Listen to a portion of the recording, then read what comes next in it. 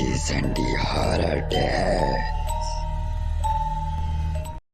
रोशनी मुंबई के government hospital में nurse का जॉब करती थी। हर हफ्ते अलग अलग वार्ड में उसकी ड्यूटी लगती थी।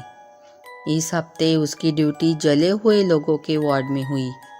हर तरफ जले हुए और कराहते हुए लोगों के बीच में उसका वक्त जा रहा था।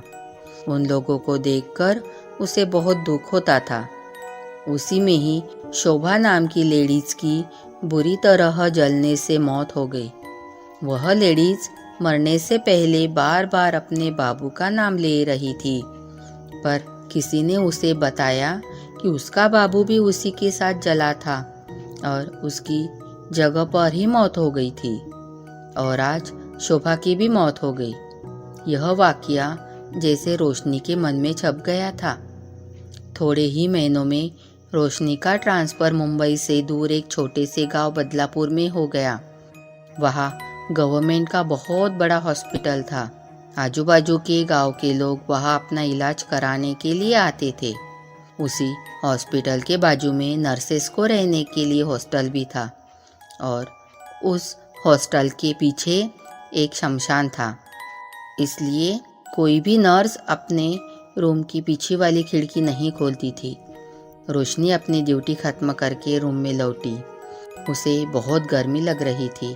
वैसे तो रोशनी भूत और भूतों की कहानियों पे विश्वास नहीं करती थी और ना ही वह डरती थी। इसलिए उसने अपने रूम की पीछे की खिड़की हवा के लिए खोल दी। खिड़की खोलते ही उसने देखा कि एक औरत हाथ में दिया और फूलों का हार लिए एक समाधि की ओर आ रही है। उसने अपने घड़ी में टाइम देखा तो 12:30 बज रहे थे। उसको यह देखकर थोड़ा सा अटपटा सा लगा, पर उसने इस बात पर ज़्यादा ध्यान नहीं दिया। पर यही सिलसिला रोज होने लगा। रोशनी को लगा, चलो मैं आज उस औरत से बात करके पूछती हूँ कि क्या माजरा है। रोशनी सीढ़ियों से नीचे उतरकर हॉस्टल के पीछे चली गई और शमशान के गेट के पास जाकर खड़ी हो गई और उस औरत का इंतज़ार करने लगी।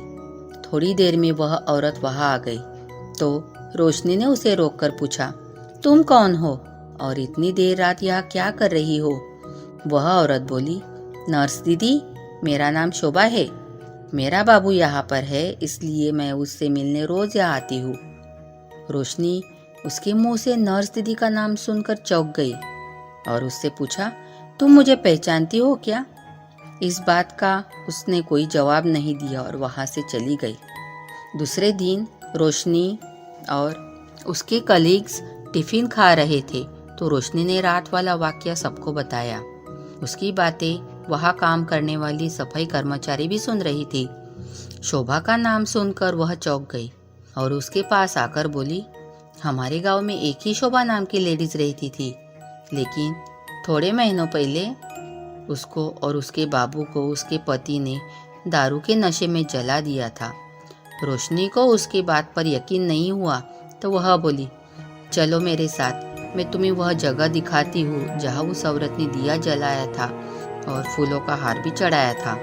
वे सब रोशनी के साथ शमशान में चले गए। रोशनी उस समाधि के पास पहुंची तो पूरी तरह चौंक गई। रात में वह समाधि बहुत साफ सुथरी थी।